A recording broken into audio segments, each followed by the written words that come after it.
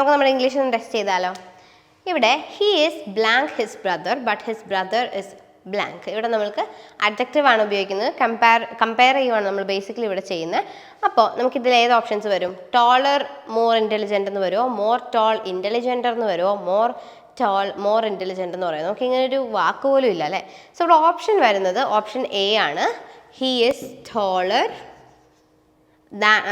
than his brother, taller than his brother, but his brother is more intelligent. Okay, ഇതാണ് sentence എന്ന് പറയുന്നത്. അപ്പോൾ ഇത് ഓർത്തിരിക്കാൻ വേണ്ടി ഇവിടെ ഇപ്പം മോർ ടോളറോ ഇൻ്റലിജൻറ്ററോ ഒന്നും വരാതിരുന്നതിൻ്റെ കാര്യം എന്താണെന്ന് വെച്ചാൽ നമ്മൾ ഷോർട്ടായിട്ടുള്ള അഡ്ജക്റ്റീവ്സിൻ്റെ കൂടെ അഡ്ജക്റ്റീവ്സിനെ പറയുമ്പോൾ ടോൾ പോലുള്ള ഷോർട്ട് അഡ്ജക്റ്റീവ്സ് ആണെങ്കിൽ അഡ്ജക്റ്റീവ് പ്ലസ് അതിൻ്റെ കൂടെ ആഡ് ചെയ്യുക, എന്നിട്ട് ദാൻ ആഡ് ചെയ്യുക. അതേസമയം ലോങ്ങർ ആയിട്ടുള്ള അഡ്ജക്റ്റീവ്സ് ആണെങ്കിലോ മോർ ആഡ് ചെയ്ത് അഡ്ജക്റ്റീവ് പറഞ്ഞിട്ട് ദാൻ ആഡ് ചെയ്യുക. For example more intelligent than. Okay, so yeah that's all.